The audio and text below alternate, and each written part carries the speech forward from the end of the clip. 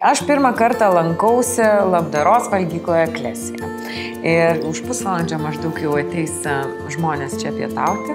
Yra visur labai švaru, gražios staltiesės ir jau yra paruošti įrankiai, duona, kompotas, lėkštės. Ir čia žmonės ateina ne iš gero gyvenimo.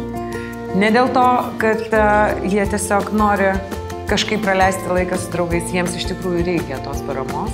Ir tas maistas, kurį jie čia gauna, šiltas, karštas maistas, neretai būna vienintelis šiltas maistas jų dienoje. Valgyklos veikla yra neįkainojama. Aš čia susipažinau ir su Larisa, kuri yra iniciatorė, įkūrėja, kuri įkūrė labdaros ir paramos fondą Klesija. Abi šios valgyklos per dieną Vilniuje pamaitina apie 600 žmonių.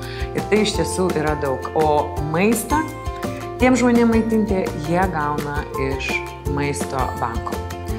Tai būdas, kaip Maisto bankas paremia žmonės, kuriem iš tikrųjų reikia tos pagalbos, kuriem reikia šiltos sriubos. Šiandien meniu yra kopūstų sriuba, bulvių košė ir mėsos troškinys.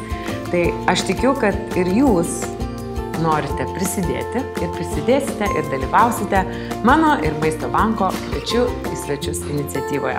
Nes kuo daugiau mes sutelksime paramos Maisto bankui, tai tuo daugiau žmonių